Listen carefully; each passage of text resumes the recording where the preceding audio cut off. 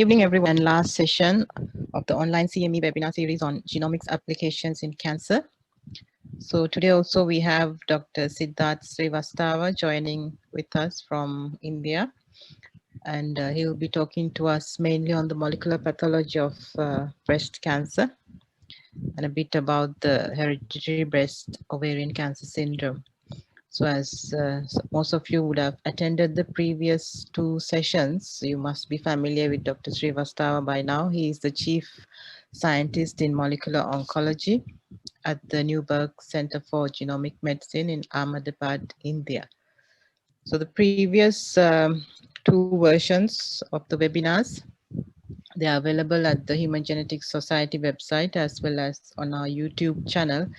I had emailed the links to all the participants of the previous two sessions. So we will be doing so for this session also.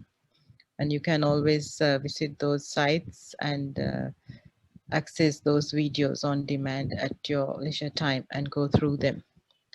So a few housekeeping rules as usual. Please keep your microphones muted and videos switched off. We will entertain questions and comments at the end of Dr. Siddharth's presentation. And we're happy to have him back with us today.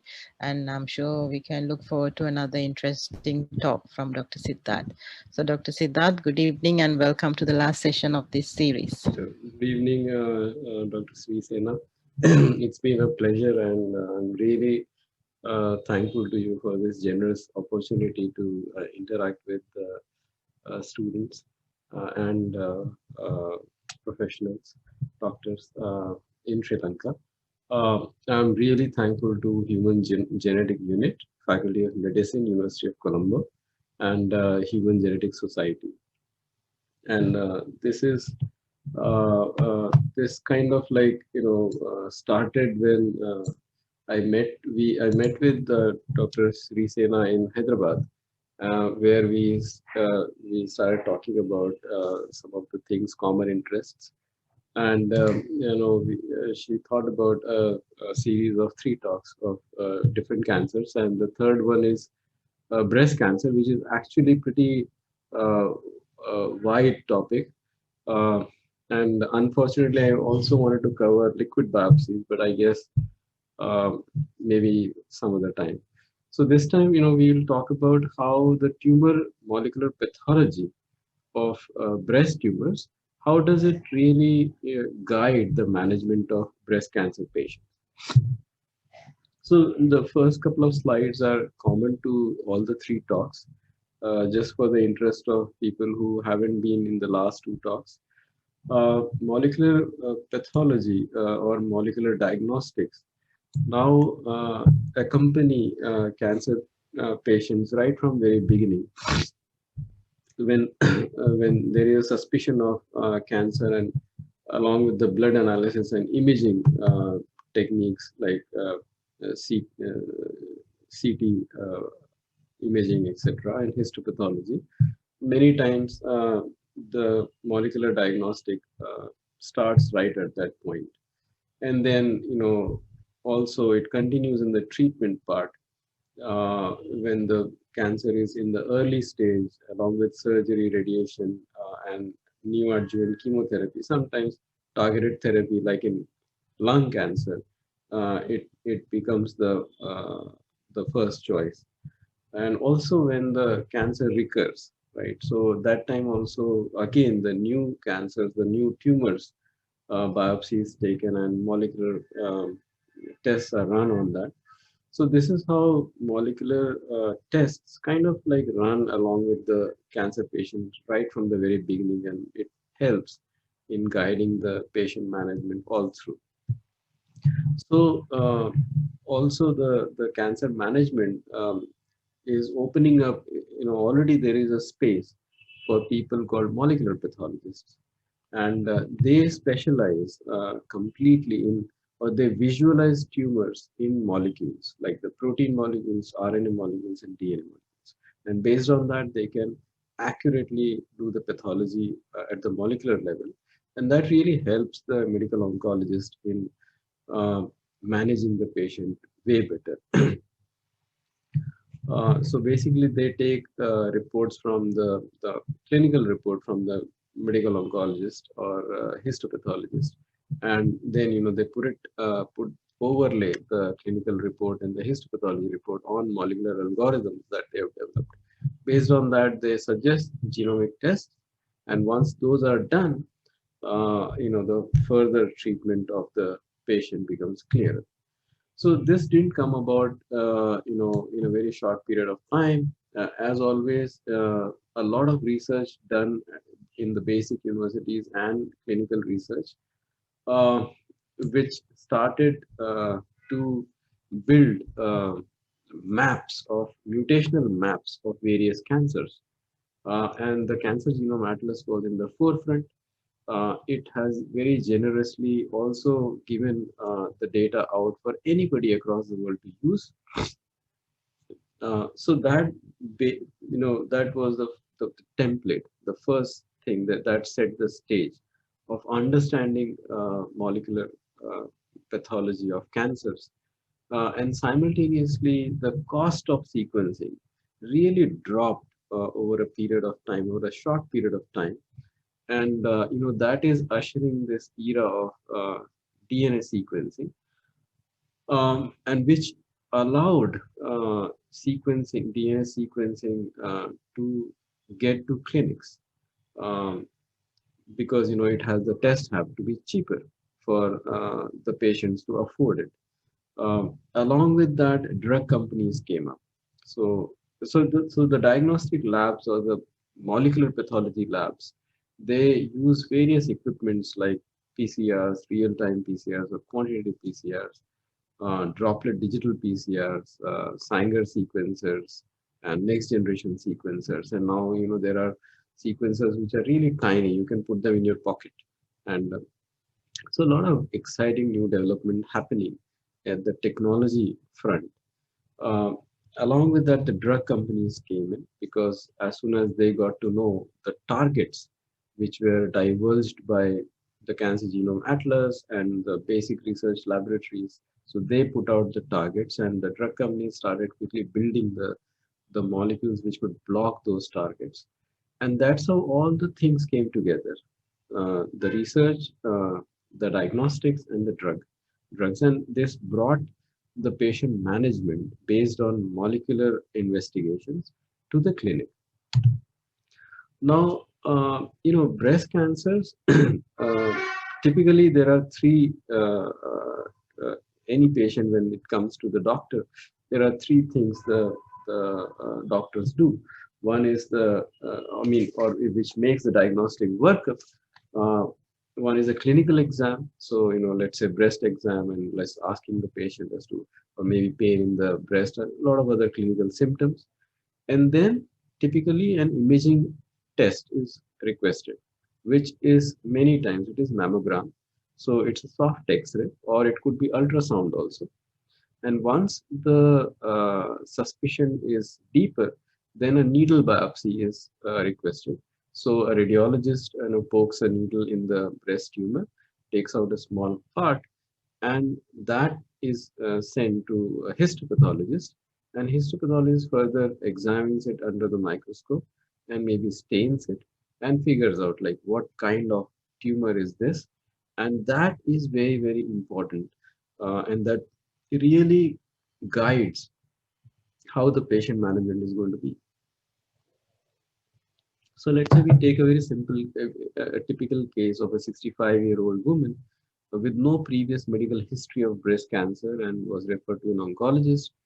And let's say 2 months ago, she had probably developed a left, breast pain and palpable breast mass. So that becomes a clinical exam. And then the mammogram or ultrasound revealed like 5.2 centimeter of left breast mass, and an enlarged lymph node, axillary lymph node, which is in the side of your arm, below your arm. And the needle aspiration uh, was seen by pathologists, histopathologists, and the histopathologist said that, okay, it looks like an adenocarcinoma. Now, they also, so this is how the mammogram would look like. And then the histopathologist runs a test, which is very, very important, and now has become the most basic test, which has to be run on every breast tumor, which is finding the status of ER, estrogen receptor, progesterone receptor, and HER2 receptor, right? These three. So, and the way they grade it, or the way, so if you see the histopathology report, it will be written whether it is ER positive, PR positive, HER2 negative, or like triple negative, like ER negative, PR negative, HER2 negative, or maybe it's ER negative, PR negative, and HER2 positive. So various combinations could be given out in the report based on what do they see. So these are receptors. These are surface bound receptors. So you have a cell and the cell membrane, and these receptors are actually embedded in the cell membrane of breast cells, breast tissue. And sometimes there is a lot of expression or production of these proteins. So let's say estrogen receptor, which is a protein, a large amount of estrogen receptor is produced, right? So if you stain it, so basically this test comprises of, you make sections of the tumor and then you put it on the slide, and then you add antibodies, right, which identifies the estrogen receptor protein, right? So these antibodies will go and bind to the estrogen receptor proteins wherever they could see. Then you wash it, so everything else goes away except for these antibodies which can recognize ER.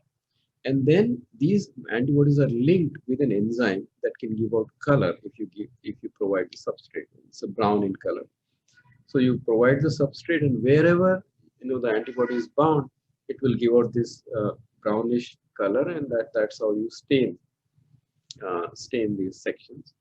And so in this case, let's say it was you could see very clearly that ER expression RI. So you see these brown colored patches. Then you see this PR expression is also there. But if you talk about a HER2 expression, it is not present in that area. Right?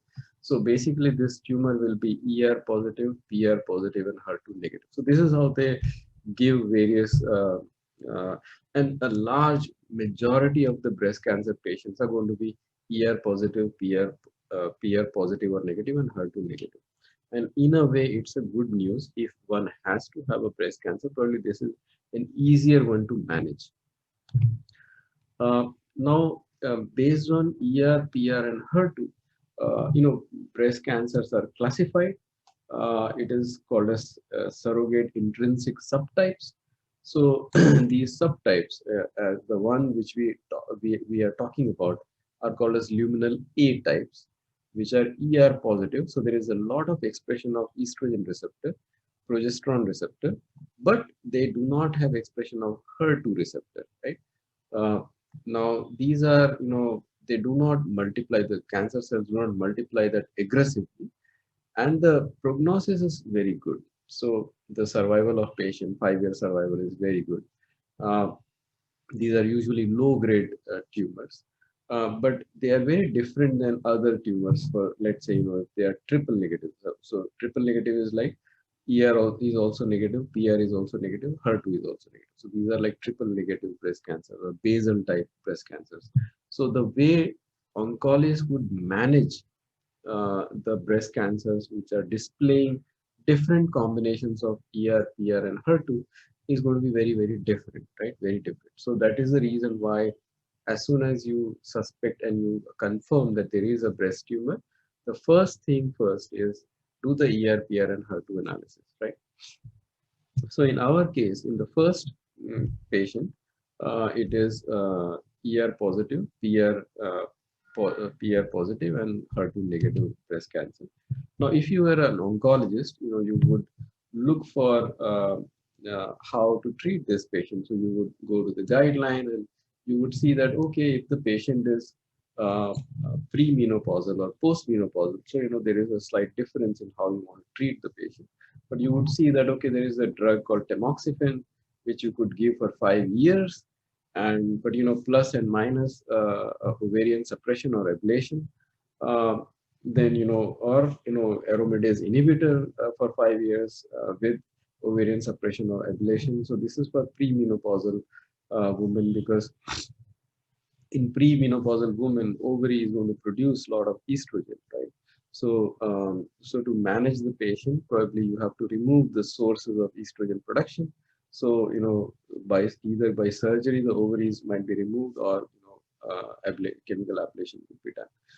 And after 5 years, if the tumor starts growing again, then, further you could treat them with tamoxifen, aromatase inhibitors, etc. But, for a long period of time, almost to the extent of 10 years, you could manage the patient using hormone therapies, right? So you're going to manage the estrogen hormone, right? So and these therapies, these pills, one could take orally. So one doesn't have to go to the daycare to, for example, the way one has to go for chemotherapy.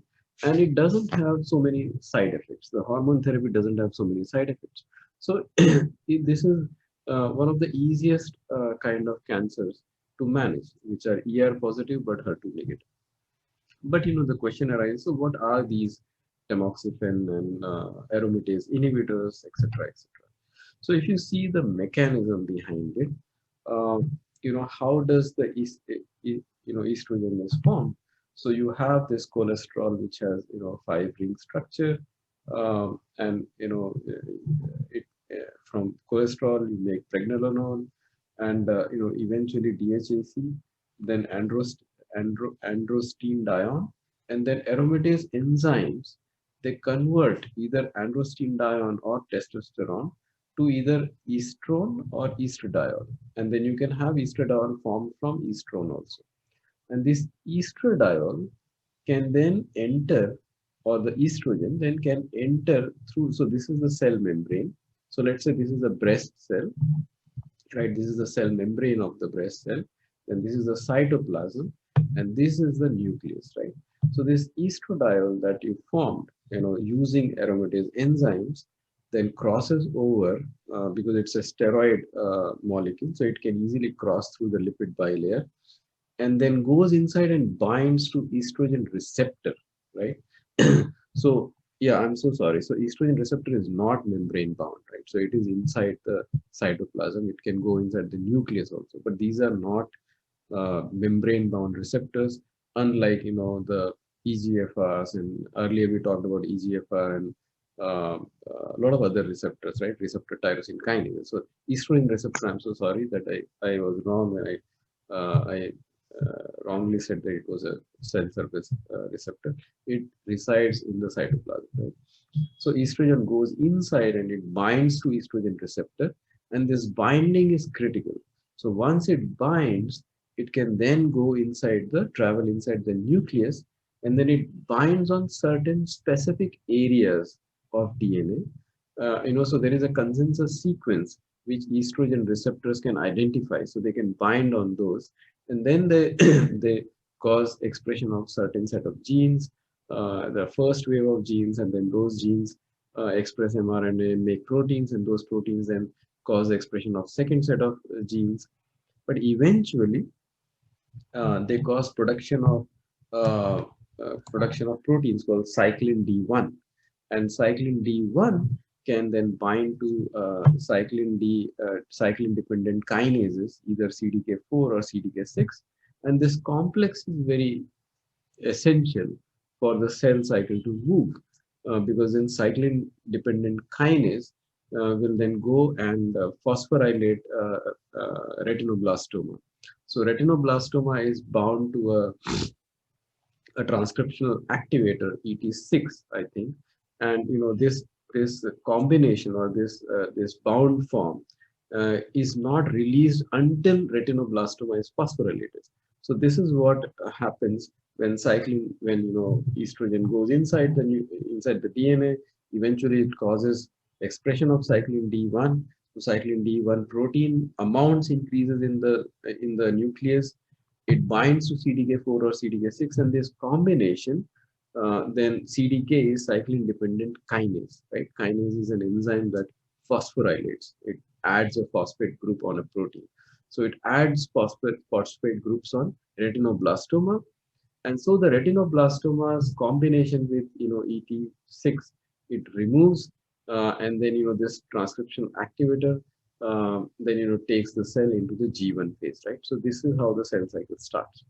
Now you can imagine if there is more and more estrogen receptors, so they will bind to more and more estrogen, then more estrogen receptors can go inside and will cause rise in cyclin D1 levels, and the cell cycle will happen. And so cell multiplies over and over and over and over again, and it leads to tumor formation, right? So, if we understand the basics of how this whole molecular pathway works, then that's how the drug companies developed therapies. So, for example, they started with aromatase inhibitors, right? So the the aromatase enzyme that converts androstenedione or testosterone into estrone or estradiol. So how about blocking those aromatase enzymes so that you make less amount of estrogen? And if you control the amount of estrogen production, of course it won't bind to estrogen receptor, and the whole downstream pathway will be blocked. But along with that, if the patient is premenopausal, then the ovaries will produce huge amounts of estrogen. So that is the reason why a call should be taken whether to remove the ovary. And there is a lot of complexity in that decision, whether it's a childbearing age and whether the woman wants to bear children, etc. So a lot of things that the oncologist think about before going into these decisions. So, basically, if you see, ovarian suppression, aromatase inhibitors, now that aromatase inhibitors will stop production of estradiol, right? And tamoxifen. So, tamoxifen can directly bind to estrogen receptors and block the binding of estrogen to estrogen receptors. So, this is how tamoxifen drug binds to such patients. Now, typically so this explains like how the doctor manages such patients. If the patient comes and she is ER positive and HER2 negative, right? Then using hormone therapies or just controlling the amount of estrogen production, you can cause regression of tumor. So after the surgery, then this hormone therapy can be given as adjuvant therapy, right? And that will cause regression of tumor, and pretty much, for a long period of time, 5 years and 10 years, it can go on. But many times, it may happen that the tumor might come back again. So it metastasizes or it progresses, the disease progresses on hormone therapy, right? So we need to also figure out, so what happens then? So if you see the algorithm and if you see the guidelines, for example, we have a recurrent tumor, right? Earlier it was there and it was treated, and it was, at that time, it was ER positive, PR positive, HER2 negative. But let's say, whether premenopausal or postmenopausal women, both of them were treated with aromatase inhibitors or tamoxifen, a combination of that.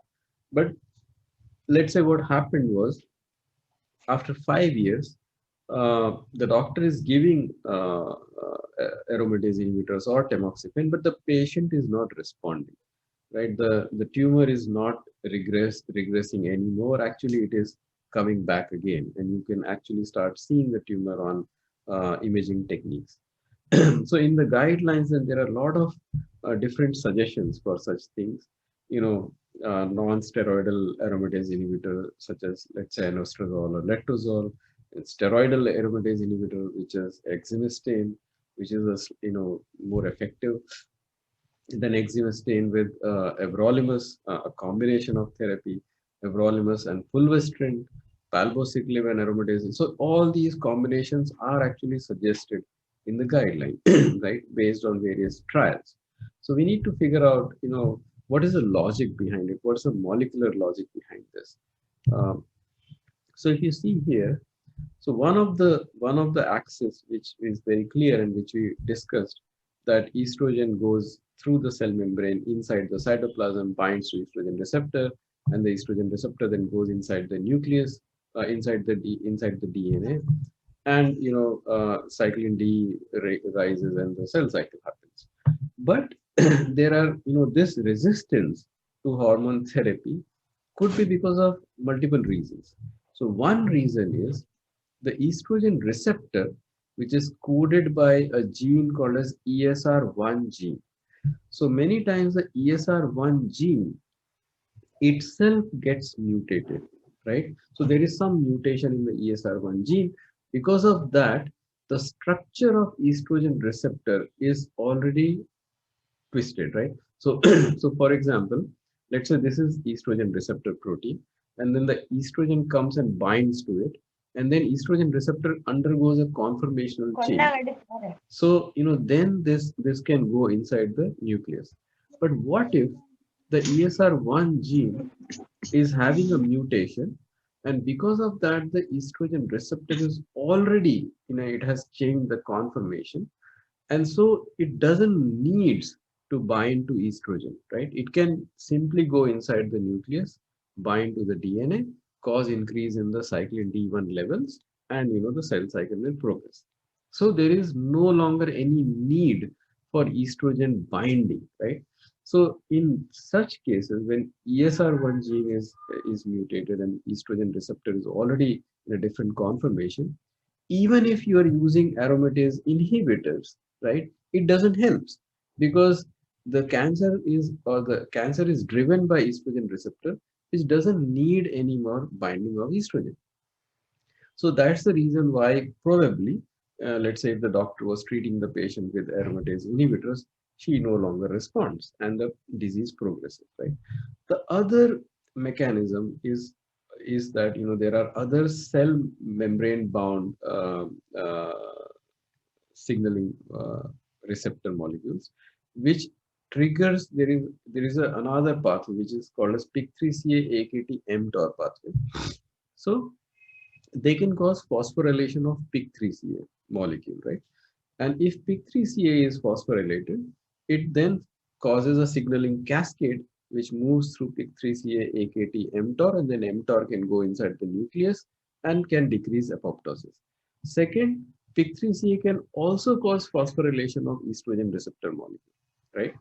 So many times, because of phosphorylation of estrogen receptor molecule by PIK3CA, it attains the conformation that it can go inside the nucleus and bind to the DNA, and it doesn't require to club with estrogen to do this job, right? So just a mutation, a pathogenic mutation in PIK3CA can, trigger cell cycle either through phosphorylation of estrogen receptor, or through activation of PIK3CA AKT mTOR axis, right? So if any of those, if ESR1 gene mutation or PIK3CA mutation happens, then there is all the chances that this tumor may become independent of estrogen, and so any therapy which was used to control estrogen levels would not work now, right? So there are drugs to stop these. So for example, if we know that estrogen receptor are they are malformed because there is a mutation in ESR1 gene, and there are two mutations in ESR1 gene which are very, very crucial, then you can use fulvestrant. So fulvestrant directly goes and binds to the estrogen receptor and cause degradation of these receptors, right? So if there is no estrogen receptor left, it cannot go inside the nucleus and the cell cycle cannot move on. So fulvestrant at a higher dosage, which is about 500 milligram, that can be used to degrade the estrogen receptor, and that would still be effective. Then there are trials, for example, Mona Lisa trial or Paloma trial, which combined. So there are these monoclonal antibodies like palbociclib. So they will block the binding of cyclin D1 with CDK4 or CDK6.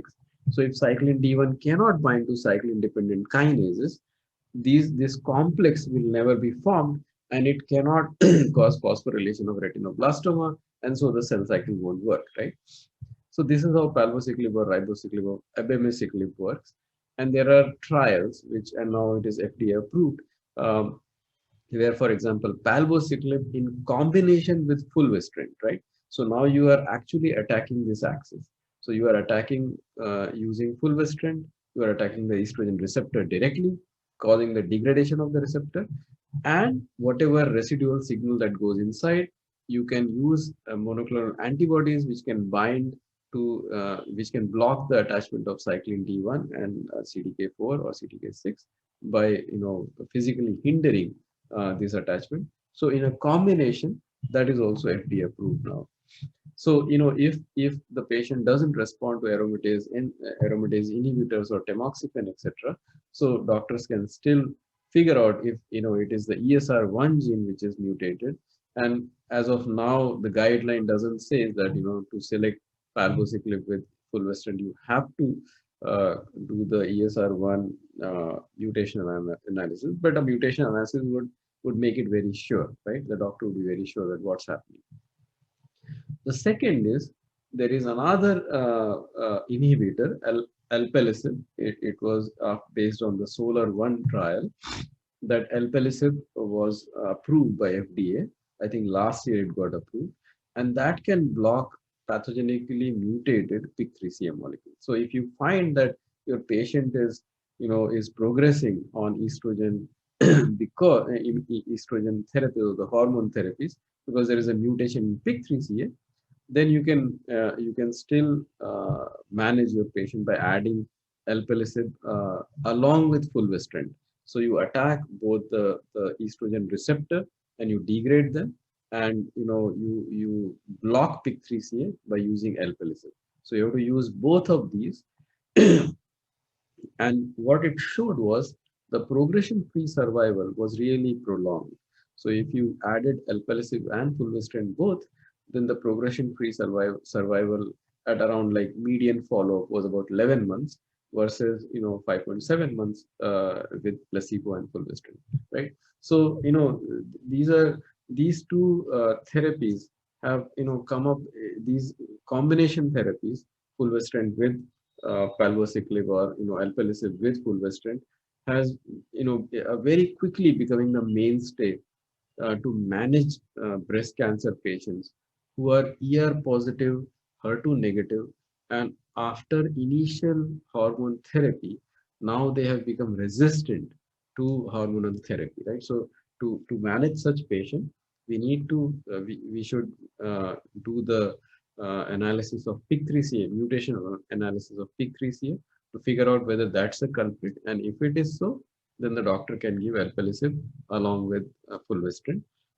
Maybe that's not the case. Maybe it's the ESR1 gene that got mutated. So in that case, alpelisib won't help.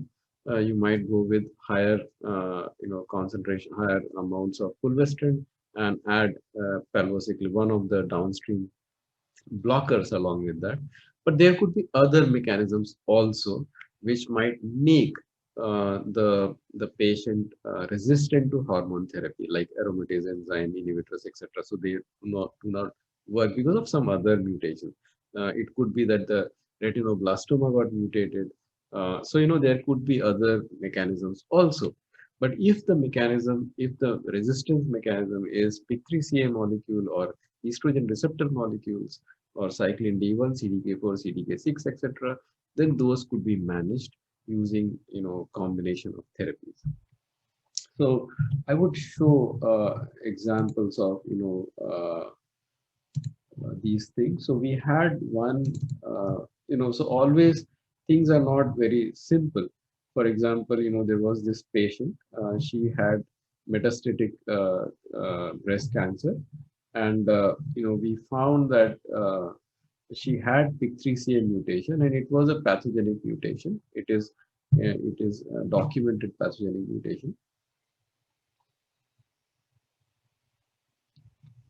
So we did suggest that what it shows is that if it has a pathogenic PIK3CA mutation, so based on Solar 1 trial, a combination of fulvestrant with alpelisib would work. But tumors are not that always very textbook types. So it also had amplification of another gene, which was FGFR1, right?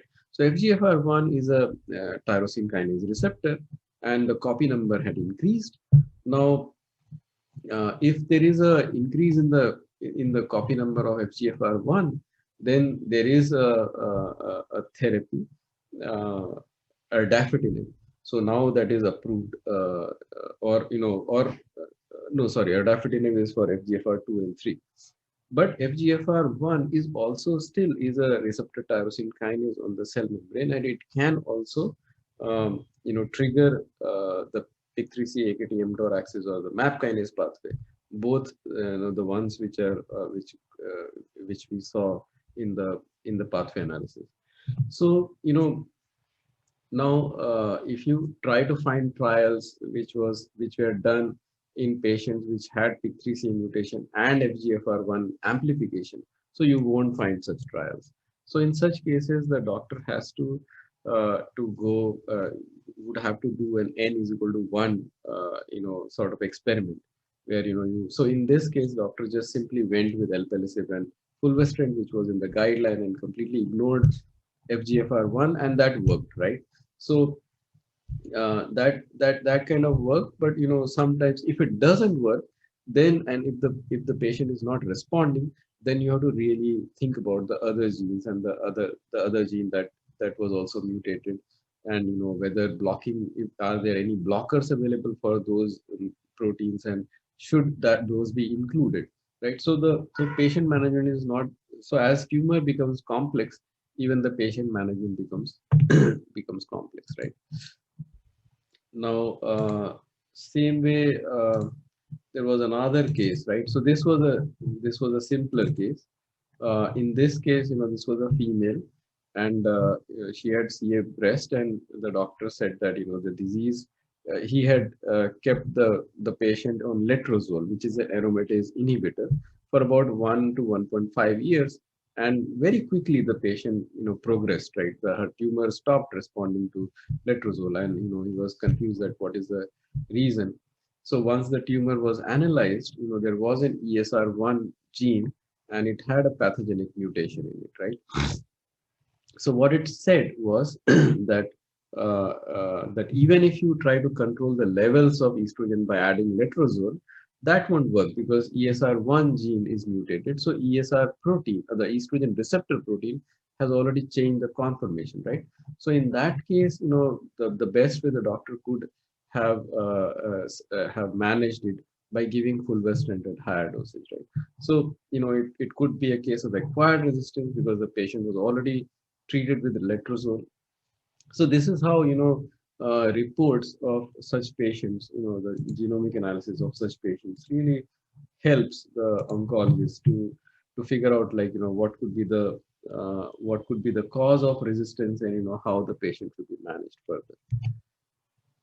Now let's go to another kind of tumor, which are not very easy to handle, right? Actually, they have the worst prognosis. These are ER negative, so estrogen receptors are not produced in large amounts. It is the HER2 receptor, ERBB2 receptor, that is produced in large amounts, and that is actually driving the cancer.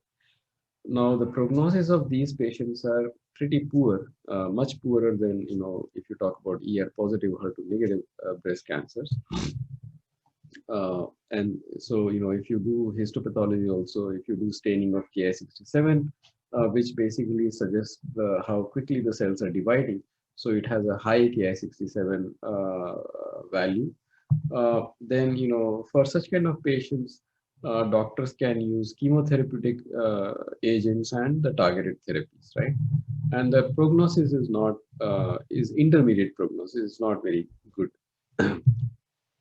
So if you see how to manage such kind of patients, so it will say that hormone HR negative is like hormone therapy, hormone receptor negative. So you do not have ER or PR, right? So if they are not there, but it is HER2 positive, right? So the HER2 receptor is expressed in large amounts, but there are no ER or PR receptors, right? So what should be done? So it will say that complete up to 1 year of HER2 targeted therapy, trastuzumab or plus or minus pertuzumab. So that's category 1. So that should be done, right? Or adotrastuzumab emtansine, right, alone for 14 cycles, or then it should be followed with trastuzumab and pertuzumab, right? But if the tumor is also HR positive or hormone receptor positive, so in that case, the tumor should be managed by adding both endocrine therapy, the hormone therapy, as well as the therapy against the HER2 receptor, right? Because you can imagine that these pathways are like water channels, right? So if you block one water channel, the water can still flow through the other channel, right? So if you already know that hormone therapy, hormone receptors are active, and they were driving the tumor, and now you also found that it has HER2 receptor also, which is active. So then you need to block both of them. So in such cases where hormone receptors are also positive, HER2 is also positive, so you need to use anti-HER2 targeted therapy as well as hormone therapy.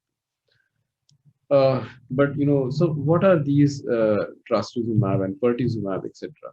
So if you see the HER2 positive tumors, you have this HER2 receptor tyrosine kinase, which is a cell surface bound receptor, and ligands can bind to this receptor.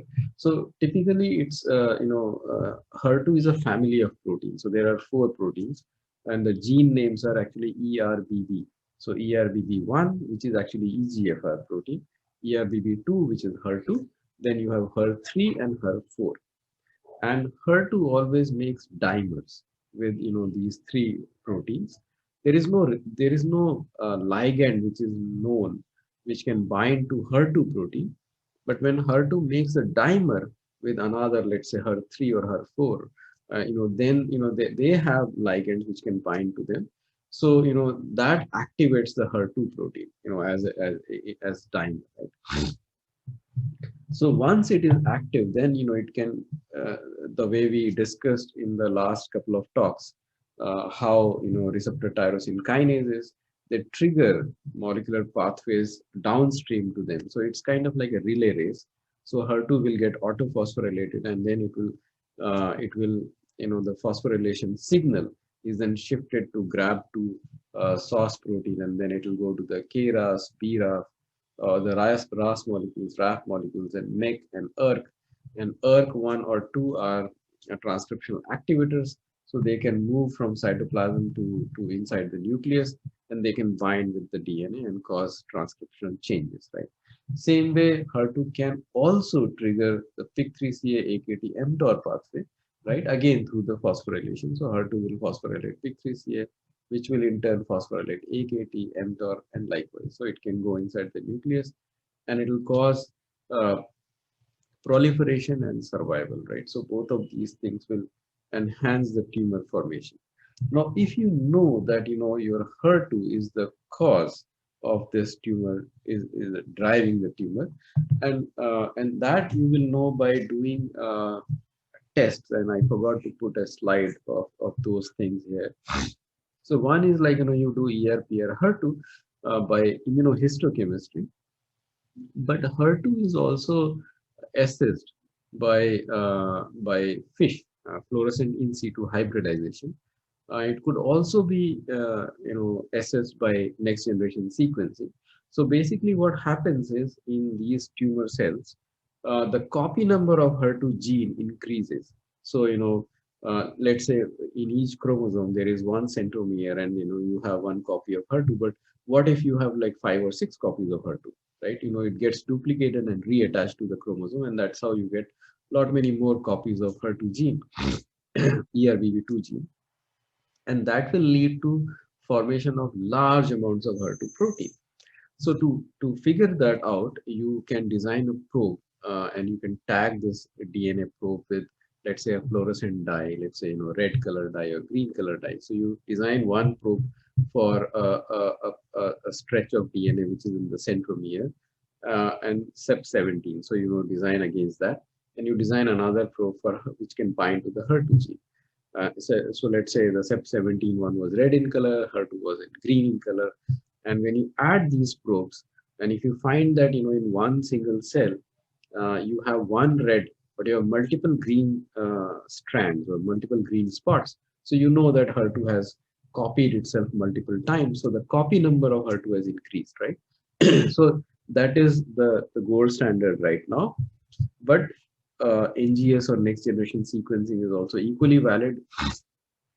It can easily calculate the copies of HER2 compared to the standard genes, and can easily say that, if the copy number of HER2 has increased or not, right?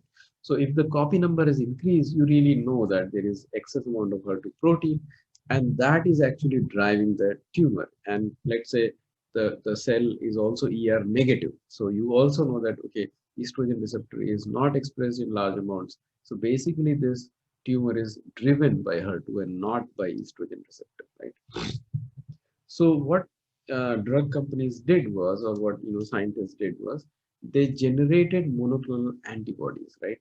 And these antibodies like trastuzumab or pertuzumab, so MAB is like monoclonal antibody, they could bind with the HER2 molecule, the extracellular domain. So extracellular domain, the transmembrane domain, and the intracellular domain, right?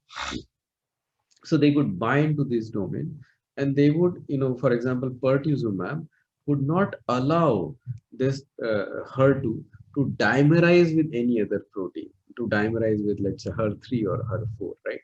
So if the dimerization doesn't happen, then the phosphorylation of HER2 doesn't happen, and thereby the entire, the downstream signaling pathway, which is from HER2 to SOS, RAS, RA, MEK, or like PIK3CA, KTM down, it doesn't work out because, the phosphorylation trigger never happened because the dimerization didn't happen, right? So such patients are given trastuzumab or pertuzumab to manage, right? But as always, things were not very simple. So, we had a case. Uh, I just wanted to highlight that, when you actually are solving, when you're actually looking at breast cancer tumors, it's not always that simple that, okay, I mean, you do get such cases where, a single driver mutation is there, and, it's very simple to, it's very clear that what could be done next. So in this case, there was a female who was only 37-year old. So it was pretty young female. She had breast cancer. And when we did the mutational analysis, so we found that, there was a HER2, but HER2 did not have increase in the copy number. It had a pathogenic mutation, right? So basically, like any other protein, HER2 can also have, like, you remember it, that we discussed about the mutation in EGFR or, other cell surface receptors. And this mutation basically caused the intracellular domain to phosphorylate, to remain in the phosphorylated conformation, right, in position. And that caused the downstream signaling pathway to continuously, remain in an active form, right? And if that kind of thing happens, then, you can still block, let's say EGFR was blocked by gefitinib, etc. So same way, exactly same thing can happen with HER2 molecule, and you can block HER2 molecule by lapatinib, right? So in this particular patient, what happened was that the in ERBB2, it was not the increase in the copy number, but it was an intracellular domains mutation, right?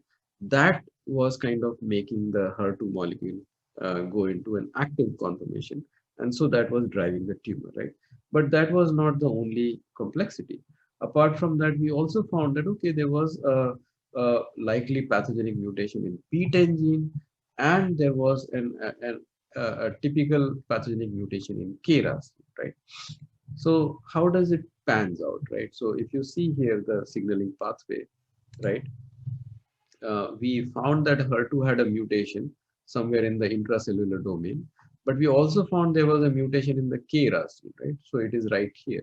And we found that there was a mutation in PTEN gene. Now, PTEN actually acts as a brake.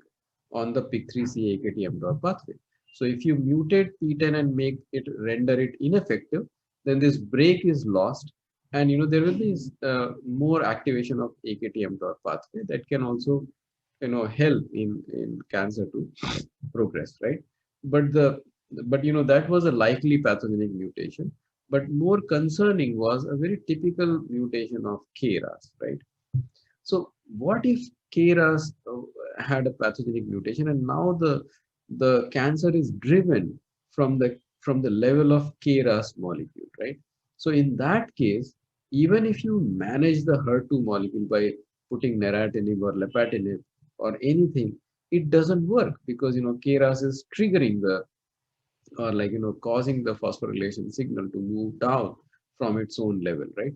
So the therapy which is upstream, that won't work, right? So actually when you get such kind of reports where typically there is more than one driver mutation, it becomes very difficult to go by any established guideline, because there is no large scale um, probably clinical trial, for patients who have ERBB2 mutation as well as KRAS mutation, and then people tried with single therapy, double therapy, did a large scale trial and figured out, okay, so what works, right? So a lot of the times such trials won't be there.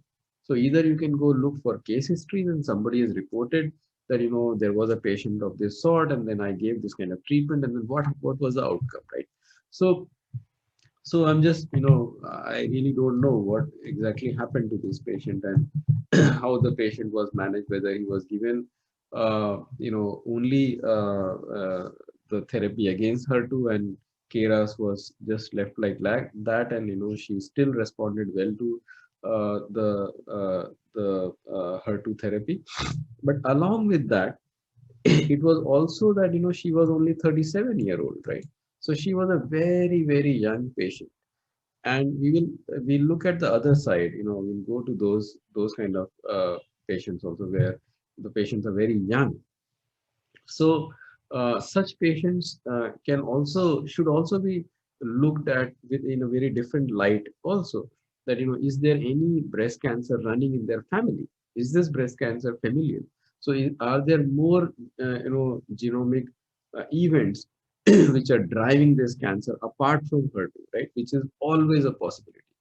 So according to the guideline, any patient who is less than 50-year-old and got a breast cancer, whether it's ER positive, HER2 negative, whether it is HER2 positive, ER negative, or whether it is triple negative, all of them should be tested for BRCA1 and BRCA2 mutations. Right? So we'll look at those later, just after this kind of patients are over. So so that should also be incorporated in the report, that this patient should be tested for BRCA1 and BRCA2 analysis, apart from giving the idea that HER2, what are the therapies that will work for this particular HER2 positive patient, right? Now to further I did further analysis of this patient. So let's say I looked at a lot of different I looked at the cancer genome atlas data, and I wanted to figure out whether there are reports where you have co-occurrence or mutual exclusivity of these genes. So we had three genes: PTEN, KRAS, and ERBB2. So I ran a test whether of about I queried about 7016 patients for all the three genes, and based on that data, I asked, like how, whether PTEN and ERBB2. So there was mutual exclusivity, which was significant, right? So this huge data set hasn't seen PTEN and ERBB2 mutations to be together, right? So there was a significant mutual exclusivity, but that doesn't mean that you won't have any patient like that. But it gives an idea. And KRAS and PTEN, the co-occurrence was significant. So it was very likely that if there is a KRAS mutation, you could also have a PTEN mutation in in breast cancer patients. And KRAS and ERBB2, which I was more worried about. So here the co-occurrence could be there, but there was no, it was not significant, right? So when the software ran the t test and the p value was not significant, right? So that was one thing. And and if you go in the details of such patients, so you can see that ERBB2. So in this all the patients were classified as, let's say, KRAS.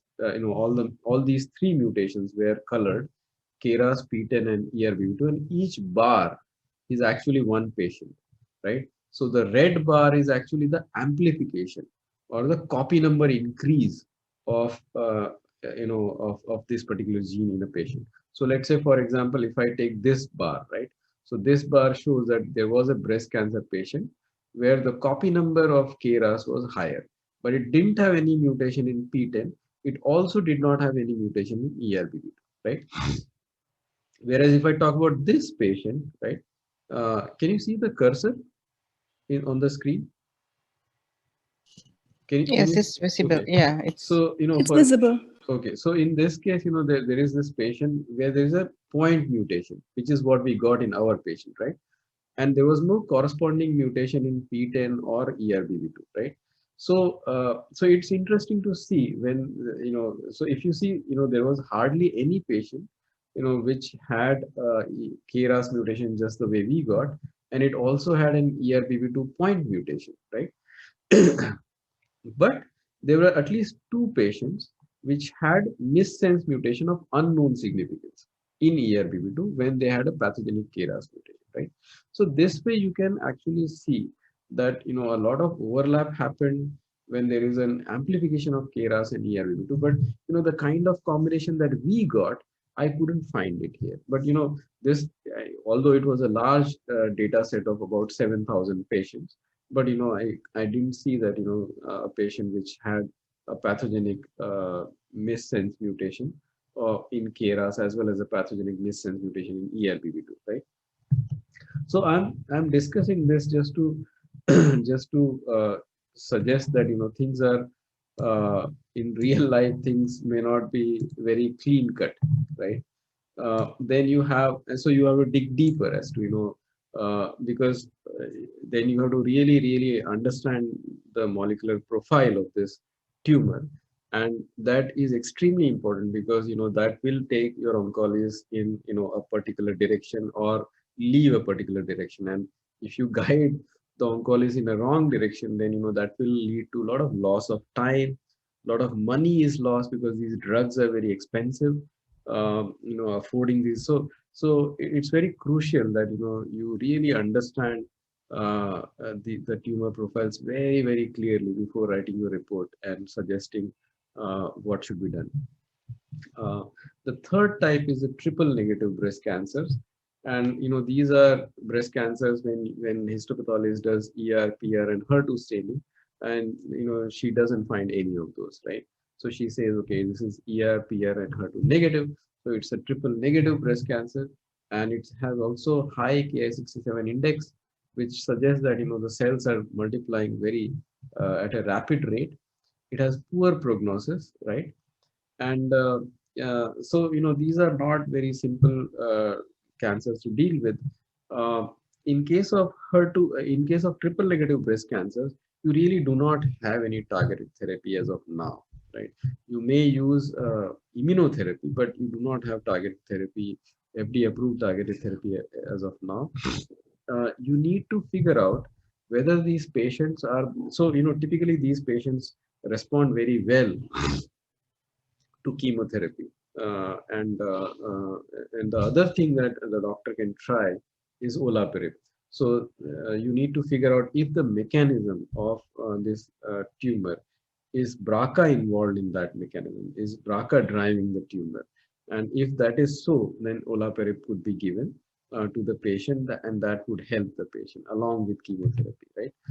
So if you see the basal type or the triple negative breast cancer, BRCA1 and BRCA2, basically these are very important proteins. So we'll go in the details of what these proteins are. They're important protein molecules, and that they do repair of double-stranded DNA breaks. And if there is a mutation, pathogenic mutation or uh, termination mutation in BRCA1 and BRCA2 that leads to breakdown of this mechanism.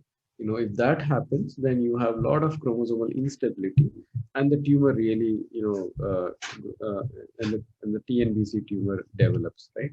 So what's the mechanism? So let's say you have this DNA and you have a double-stranded DNA break.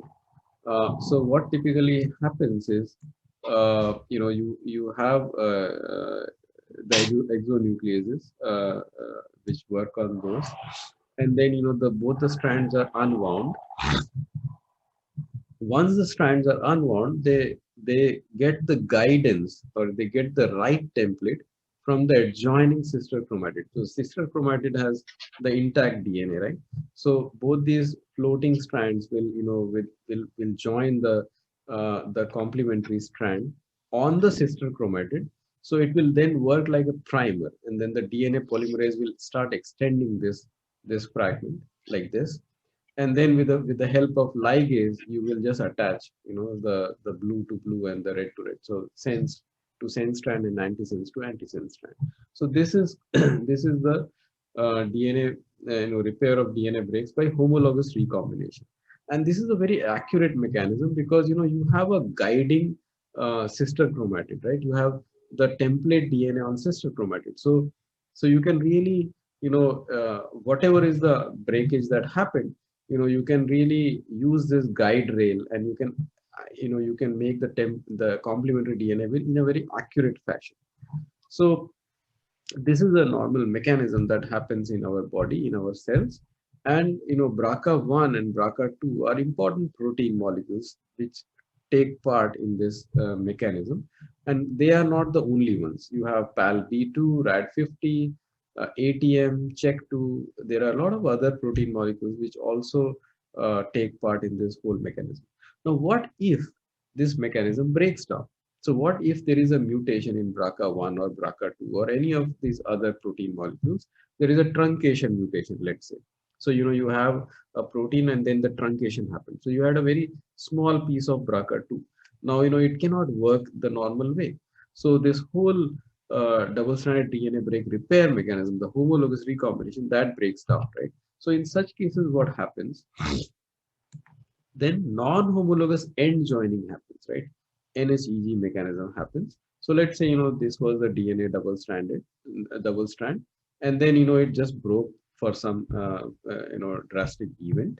And, what happens is then the exonuclease activity happens, and this, let's say, this C and this AT were, deleted. And sorry, so this in the breakage, so let's say this C and AT were gone. So then the exonuclease work on those, and so it will delete this, extra nucleotides, right? So here this AT will be gone, and here this G will be gone, right? And so you create blunt ends, and then by ligation you join, right? But what happens is, that creates a mutation here, right? Because when you join it, it is not exactly same as the original DNA. Like this was the original DNA, and this is the new DNA. But there is you created a mutation here, but because you didn't have the homologous recombination mechanism, so you use the non-homologous end joining mechanism, and that mechanism is inherently erroneous. So it will keep on adding mutations and more mutations and more mutations. So so people exploited this thing, and if the cell keeps on accumulating more and more mutation, it will eventually lead to cell death, because some important housekeeping gene or some important gene with housekeeping activity that may get mutated, and if it loses its function, the cell death happens, right? So how people used it was, when, so let's say if there is a mutation in BRCA, then you had PARP, which caused the repair of DNA breaks. So what they did was they added olaparib, which is a drug that can inhibit PARP, right? So now you do not have BRCA, anyways your homologous recombination was not working. You are also blocking PARP, and so your DNA repairs was not happening at all, right? And that those kind of cells will quickly go into cell death, and these were the cancer cells. So you are selectively killing cancer cells. Now, which kind of patients to suspect for BRCA1 and 2 for BRCA1 2 analysis? So, this is where the genetics come into picture. So until now, we were talking more about the somatic mutations, which are mutations happening in the tumor tissue. But what if the mutation is happening in the germline, or in the you know in the yeah if the mutation is germline, so that will carry on from parents to their children. And if that happens, so one of the allele of, let's say, BRCA is mutated and it is non-functional, but the other allele has the functional BRCA and that is still working. But there is if you go by the two hit hypothesis, so there is much higher likelihood that the other allele can also get a mutation, and both the alleles of, let's say, BRCA1 or BRCA2 may go bad. And in such patients, the homologous recombination doesn't happen. So non-homologous end joining will happen. So such kind of cells will keep on accumulating a lot of mutations, and eventually,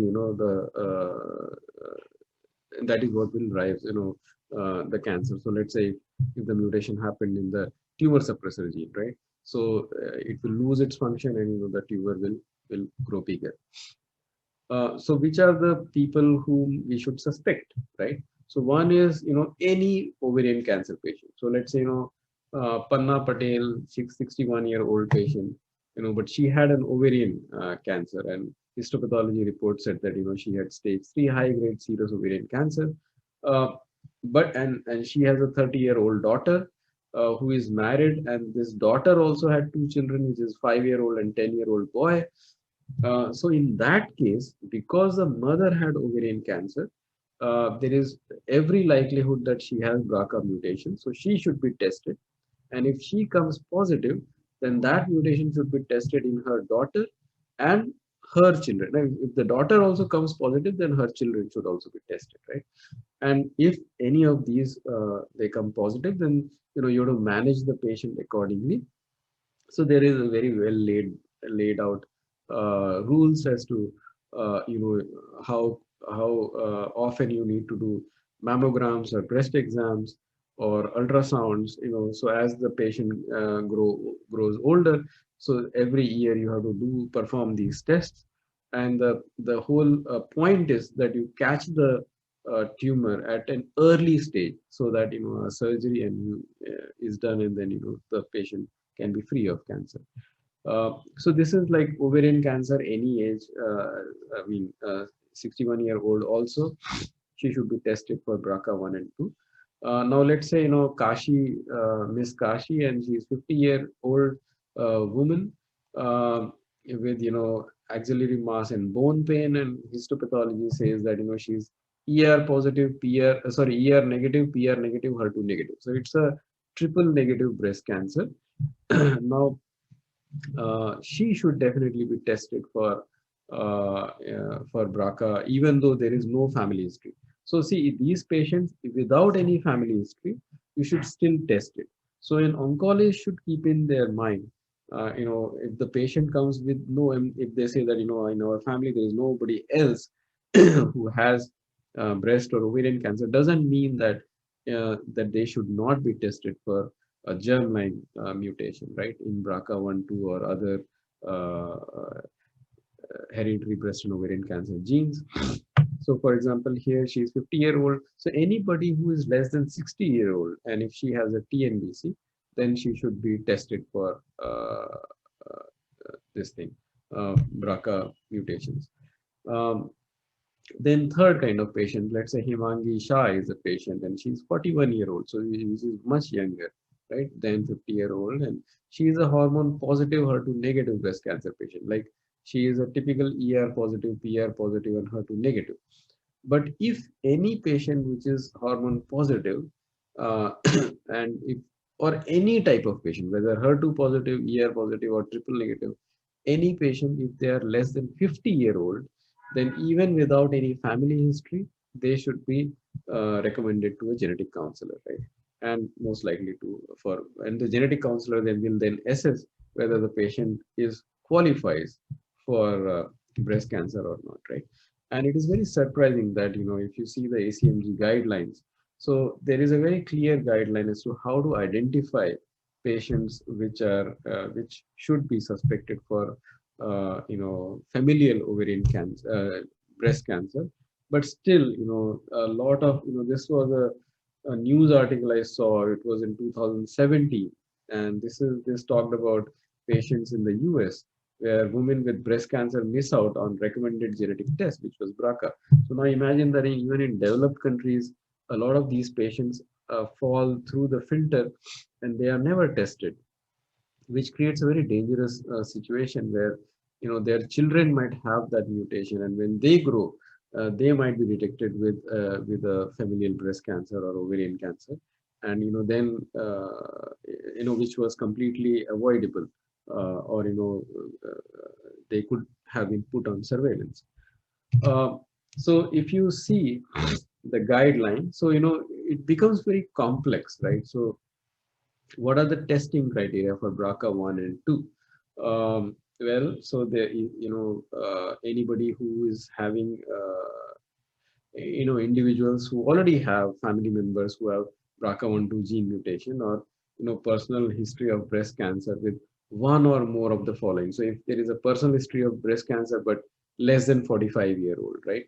So then those should be tested with BRCA1 and BRCA2 mutation analysis, or diagnosed with breast cancer, which is, and the patient is less than 50-year-old.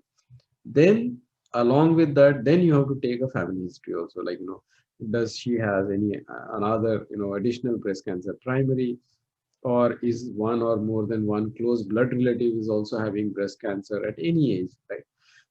Or any patient which is less than 60 years but with triple negative breast cancer, those straight away go for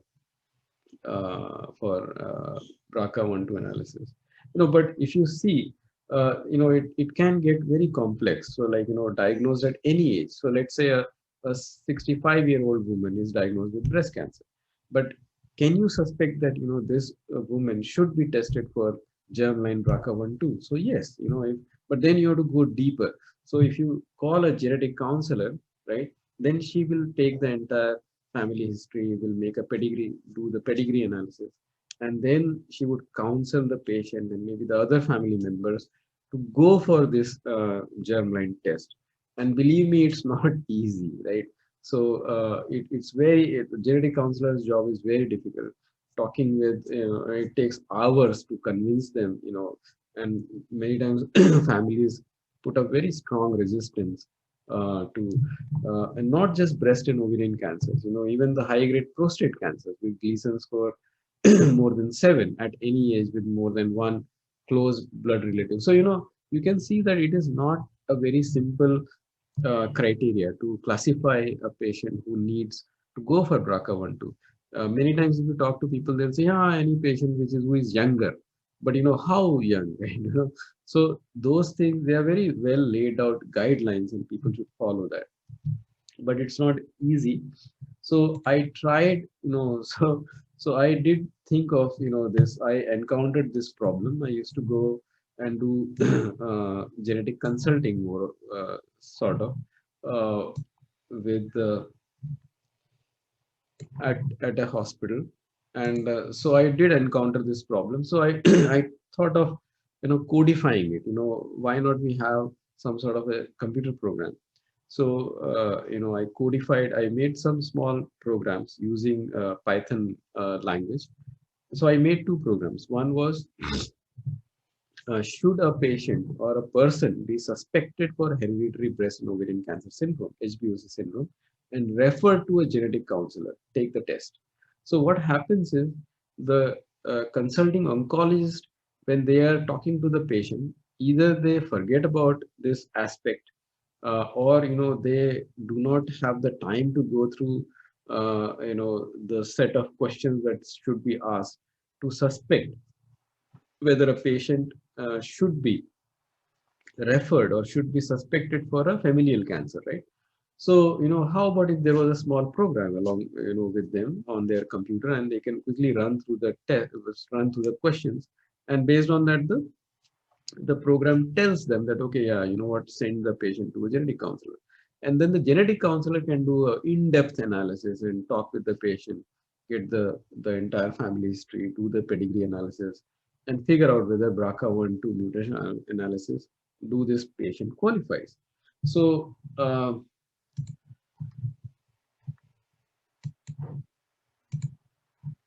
just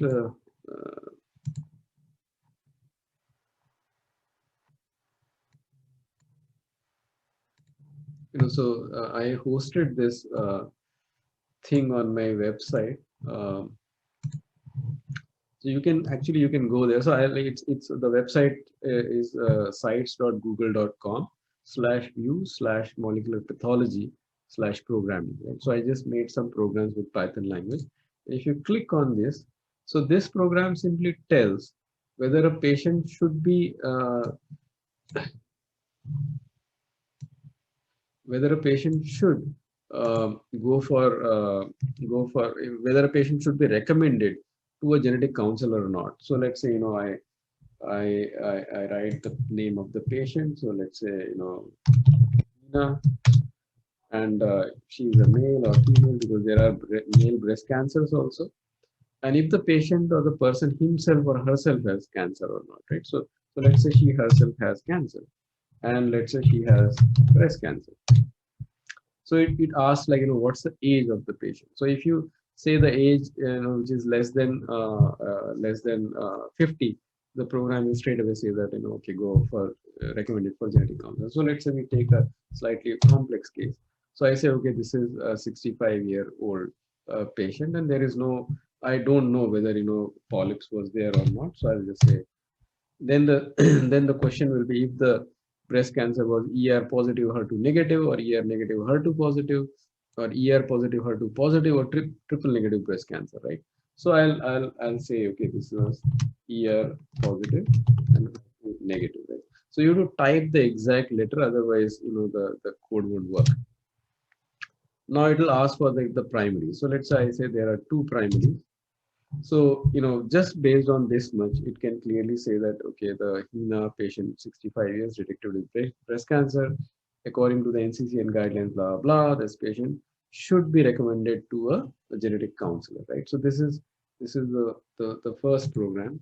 And then, a genetic counselor can use a program, let's say BRCA, whether the patient qualifies for BRCA1 or 2 analysis also or not, right? So I'll just make a very small demo. So let's say this was a female, and it had breast cancer. She had breast cancer, and we'll take a very simple case where she is 45 years old, or let's say 41 years old. So she definitely qualifies for.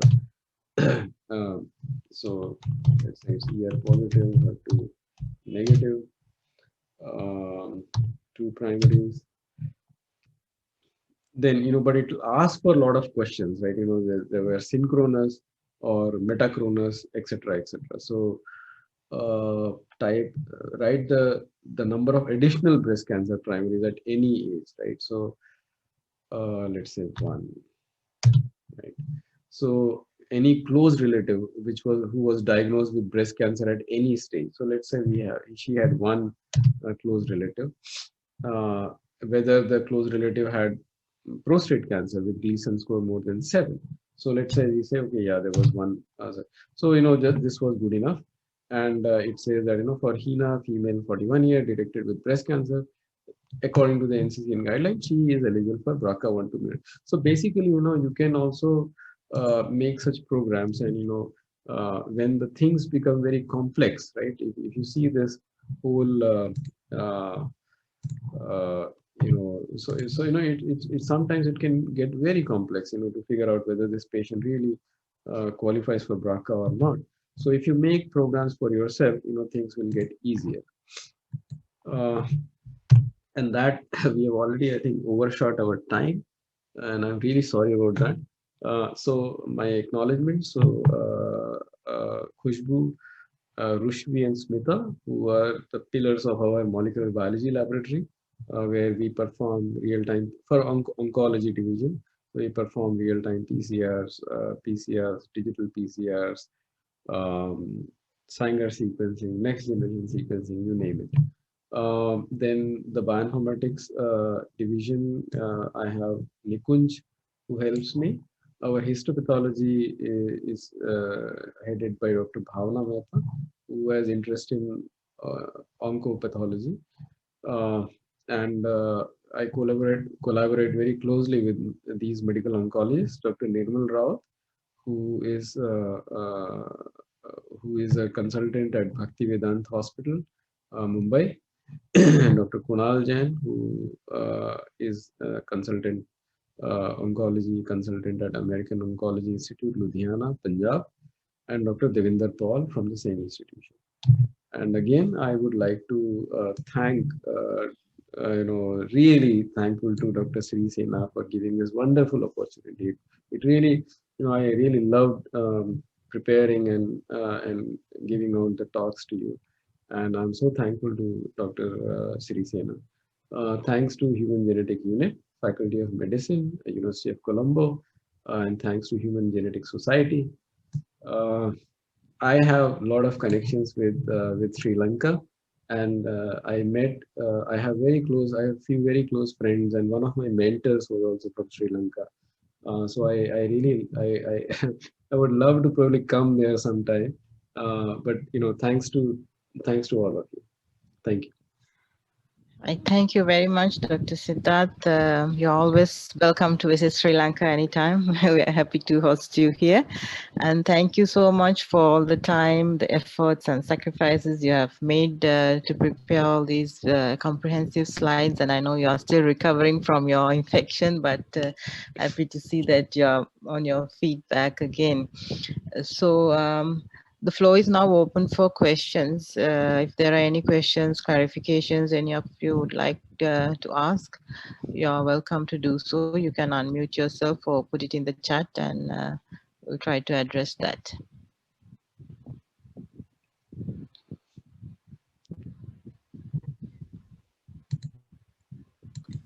So I think one, okay, go on, yes. Yeah, please. Yes, Shushmita. Hello. Siddharth Srivastava, very good talk. I have one question. In triple negative breast cancer, what is the definitive molecular marker? In triple negative breast cancer, yeah, that's a very good question. So the way we figure out is the absence of marker, right? So there were three markers that we talked about, Tanmay. One was ER, one was PR, and one was HER2, right? So when you do not have all the three markers, these are three, right? So that's why we call it as triple negative breast cancer. So that's the absence of markers actually define the triple negative breast cancer.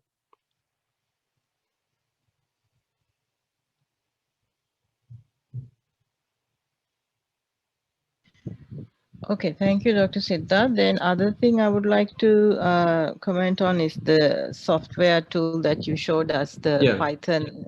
I think that is quite a handy tool that the clinicians can, use in their clinic. And so it's freely available, I suppose. Yeah, it's freely available. I think, so I gave the, so this is the address, this is sites.google.com. I'll share you on WhatsApp also, sites.google.com/view/molecular pathology. So there are a lot of stuff on that, but you go and click on the programming tool, right? And you can try. So I've tried making programs for lung cancer and colorectal cancer also, even for somatic mutations. And then for BRCA, and one more program where to sort the patient. So I think this sorting the patient to recommend to genetic counselor is very important, because I think bottleneck is when the patient goes for consulting to an oncologist. If the patient is not sorted right there, then the oncologist will not be able to and and give and send to the genetic counselor, then that patient has really in the dangerous spot where she will go back without being assessed by the genetic counselor. So I think that this thing, I'm trying to build an app out of this, so that the doctor can just using his phone or her phone they can just figure out which patient qualifies and simply directly send to the counselor. So we will have like more patients who are coming to counselor that way. Yeah, I think that's a brilliant thing that you have undertaken, and I think if the app can be developed, that would be very easy for the doctors to download onto their phones and That's use, true. That's especially in true. the clinic. So That's I true. think I would encourage all the clinicians who are joining with us for this webinar to visit that site and then get familiar with all the features that are there, and try to apply it and use it practically during your sessions in the clinics, and let us know how useful it is. I think Dr. Siddharth would like to hear. Yeah, I'll really love to love to Yeah, know. that's good. Okay. So if there are no other questions, I think we are well past the time now. Yeah, But I think, Dr. Siddharth, we will certainly be inviting you in the future, probably that'll be next year. awesome. That'll be awesome. Yes, we'll continuously, I think, disturb you and invite you for our webinars, because we'll Sure, continue with this series of online CME webinars, sure, because I know sure. we can't cover everything in just 3 That's webinars. true. That's Cancer true. is a vast topic, That's but true. probably in the future, next year, we'll be planning out more webinars, and Okay. you're always most welcome to Sure, participate and also sure, to visit Sri Lanka. sure, Okay. sure. Thank you. Thank you so So much. thanks to all the participants. I think most of you have been with us right from the beginning, from the first webinar, and you've persisted till the last webinar. So that's good to see that most of you are enthusiastic. And I would like to thank you for your keen interest and participation in these webinars, and we'll keep you informed of future webinars as we plan them out for next year. So as usual, you'll be getting the recorded version uploaded onto the HES website as well as our YouTube channel. And I would like to request that you should visit those sites. And it's not only these webinars, several other webinars are available. So you can make use of those resources to update your knowledge. Thanks Thank you. everyone, and I would like to thank the Health Informatics Society also for providing the platform for us to conduct these webinars. So thanks to Dr. Charmik for all the support he has extended towards us. So on a final note, I would thank everyone and also Dr. Siddharth. We look forward to seeing more of you in the future. And I think I would like to invite you to contribute an article to our newsletter also, which we are Sure, planning to issue end of this year. So you can probably write up a sure, summary of what you sure. have presented. Okay. Thank you very much. Thank you so much. Thank you, everyone. Okay. Thank you and good night, everyone.